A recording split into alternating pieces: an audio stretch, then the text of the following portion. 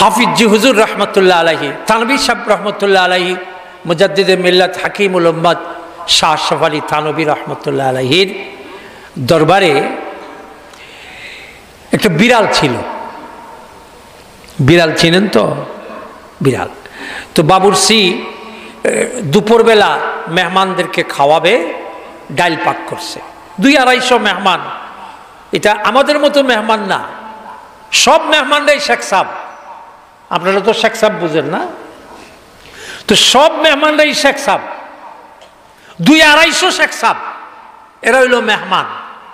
এদেরকে দুপুরে খাওয়াবে। থানভী রহমতুল্লাহ আলাইহির খানকাতে ডাইল পাকাইছে। তো বাবুর্চি ডাইল পাকায়া ডাইলের যে উপরের ঢাকনা আছে না, ঢাকনাটা খুলে সে গেছে গোসল করতে। কোথায় গেছে? গোসল করতে। আর ঠিক ওই সময় ওই পাকঘরের মাঝখান দিয়ে একটা বাঁশ ছিল, এটাকে বলে সাহাতির। আপনারা কি বলে? অনেকে বলে মারল। মারল বলে? আচ্ছা। তো ওরকম একটা বাঁশ ছিল। ওই পশ্চিম দিক থেকে একটা ছোট্ট বিষধর সাপ, বিচ্ছু সাপ, এই সাপটা বাঁশ দিয়ে বেয়ে বেয়ে ওপারে যাবে। ডাইলের ডেগের মাঝখানে এসে সাপটা পড়ে গেছে ডাইলের ভিতরে। এই যে সাপ পড়ছে, এটা কিন্তু বাবুর্চিও দেখে নাই, কেউ দেখে নাই। দেখছে বিড়ালে। কে দেখছে? জোরে বলেন। এই বিড়াল এই দরবারে এই কুরআনওয়ালাদের সাথে আছে 10 বছর যাবত। কয় বছর যাবত? এই 10 বছরে তার ভিতরে কি পরিবর্তন আসছে একটু খেয়াল করে। একটা বিড়াল। তো সে দেখছে, এখন বিড়াল চিন্তা করতেছে, বিষওয়ালা ডাইল যদি খায় মেহমানরা, কেউ তো বাঁচবে না, সব মারা যাবে না। বাবুর্চি যখন আসছে গোসল করে, মেহমানরা খাইতে বসছে, ভাত দেওয়া হইতেছে, ডাইল নিয়ে যাবে। এখন বাবুর্চিকে তো এই কথাটা বলতে হবে যে এই ডাইল খাওয়ানো যাবে না, এটার মধ্যে বিষ, সাপ পড়ছে। তো বিড়াল এটা কিভাবে বলবে? বিড়ালের যে ভাষা, এই ভাষা তো বাবুর্চি বুঝে না। আর বাবুর্চির যে ভাষা, এটা তো বিড়াল জানে না। এখন বিড়ালের সিদ্ধান্ত হলো এটা তো আমার জানাইতে হবে। এটা কি কথা কয় না? জানাইতে হবে। আমরা আশরাফুল মাখলুকাত মুসলমান মানুষ, সামনে বিপদ আছে।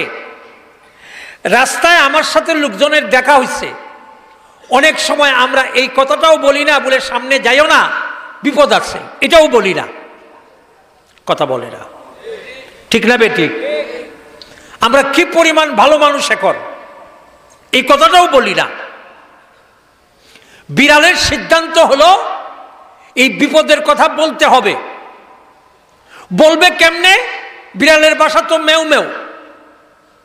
তো বাবুর্চি যখন গোসল করে আসছে, ডাইল দিবে, তখন বিড়াল মেউ মেউ এটা বাড়াইয়া দিছে। স্বাভাবিকভাবে যে পরিমাণ ডাকে তার চেয়ে বড় এবং বেশি করে মেউ মেউ করতেছে। বাবুর্চি চিন্তা করলো বিড়ালের আজকে কি হয়েছে, পাত্তাই দেয় না বাবুর্চি। সে বালতি রেডি করছে, বড় চামচ রেডি করছে, ডাইল ডালবে। বিড়ালে দেখলো আমি তো চিল্লাইয়া বুঝাইতে পারলাম না। এবার বিড়াল দৌড়াইয়া গিয়া বাবুর্চির পায়ের মধ্যে গুতা মারে। বাবুর্চি বিড়ালে লাথিতে ফালাই দেয়। কসর, মেহমানরা বসে আছে, ডাইল দিমু, তুই ডিস্টার্ব করস, যা। বিড়াল দেখলো সর্বনাশ হয়ে যাবে, এই ডাইল খাইলে তো মানুষ মারা যাবে। এই জন্য বিড়াল বুঝাইবার জন্য বাবুর্চির লঙ্গি গামছা রশির মধ্যে টানানো, এটা কামড় দেওয়া লাভ দিয়ে নামায়, লামায় আইনে ফালায়, নিচের মধ্যে ফালায়, মাটির মধ্যে ফালায়।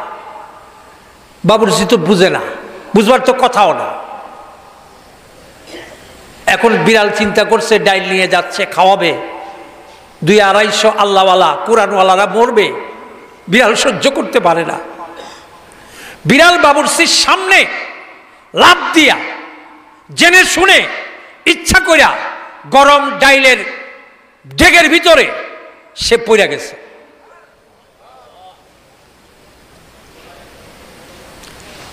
সত্য ঘটনা বন্ধুরা আমার। এখন তো এই ডাইল আর বাবুর্চি খাওয়াইবে না। যে ডাইলে বিড়াল পইরা মরছে এই ডাইল খাওয়াইব? এই ডাইল ফালাইতে গেছে, ডাইল ফালাইতে গিয়ে দেখে ডাইলের ভিতরে মরা সাপ। এখন বাবুর্চি বুঝছে কেন বিড়াল এত পাগলামি করছে, এখন বুঝছে।